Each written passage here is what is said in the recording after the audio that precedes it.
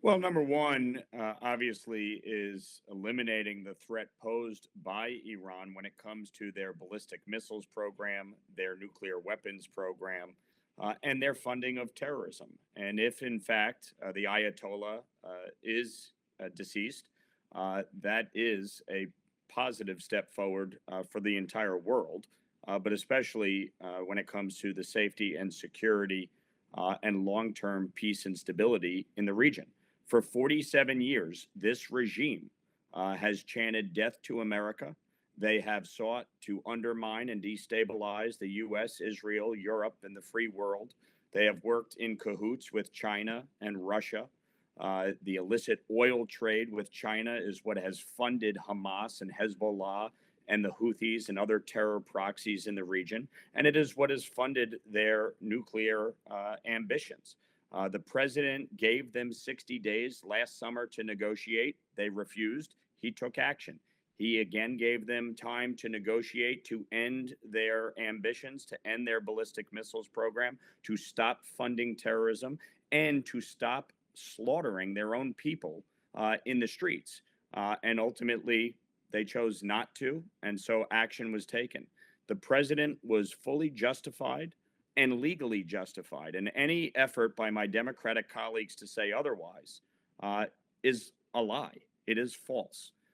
And so, we will get a briefing this week as required per the War Powers Act. The president did notify Congress. Congressional leaders were briefed. They were given advance notice. And so the president is fully in compliance with both Article 2 and the War Powers Act, as Democratic administrations have exercised that authority prior. Yeah, look, ultimately, this is a long process. If, in fact, he has been removed and, in fact, is deceased, it'll be up to the Iranian people to take action and take control of their country after 47 years of tyranny and oppression that they have suffered under the yoke of the Ayatollah. We saw in Venezuela an effort by the Venezuelan people to take their country back that was thwarted in a democratic election by Nicolas Maduro. He has since been removed. We are pushing for a democratic election in Venezuela.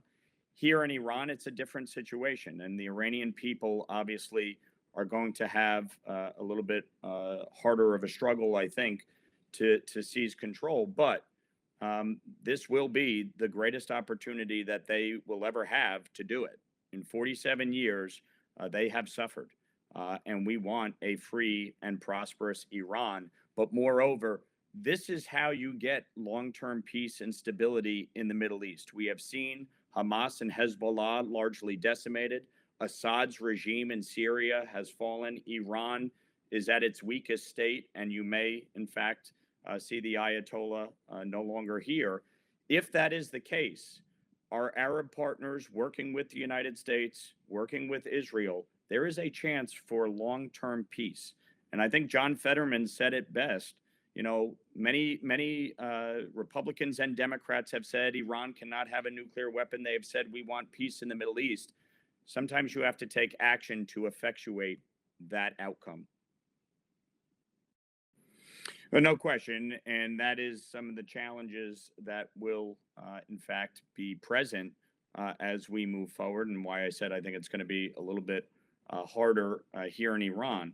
But this is something that the administration and Congress are going to have to sit down and discuss as we move forward. And I think it would be premature to speculate as to exactly what support would be there. But I think the fundamental point here is that this is a moment for the Iranian people to rise up, to seize control of their country. And it is imperative that the free world support them in that effort. To your question, what that looks like, that is something that is going to have to be determined in the days ahead. And that's why it will be important for the administration to brief Congress this week when we are back in Washington. And I expect those briefings will take place. No, look, this is the same woman who speculated about Jewish space lasers. I don't take anything she has to say about foreign policy seriously. And frankly, I think she's one of the dumbest people to have ever served in Congress. So I really could care less what thoughts she offers on this situation. The fact is, President Trump made what is one of the most courageous decisions any commander in chief has made, both last summer in striking Iran's nuclear facilities and today taking action to end the 47-year reign of terror that has resulted from the Ayatollah and his regime. Sure, there are people across the broad spectrum of politics in both parties that have different perspectives. From my vantage point, if you want peace and stability, not just in the Middle East, but around the globe, you need to take action. And the fact is, Iran, China, and Russia have been engaged in an unholy alliance that has sought to undermine and destabilize the US, Israel, Europe, and the free world. These things don't happen in silos. When you look at the fact that the oil tanker seized off the coast of Iceland a few weeks ago originated in Iran, came to Venezuela, and was going to Russia, people have to understand all of these things are interconnected. Iran has been sending drones to Russia to support them in their war in Ukraine. China purchasing Iranian petroleum, funding terrorism around the globe. All of this is interconnected. If you want it to stop, if you want peace and stability, you need to show strength. Sometimes that requires action. President Trump took action, and I support him in it.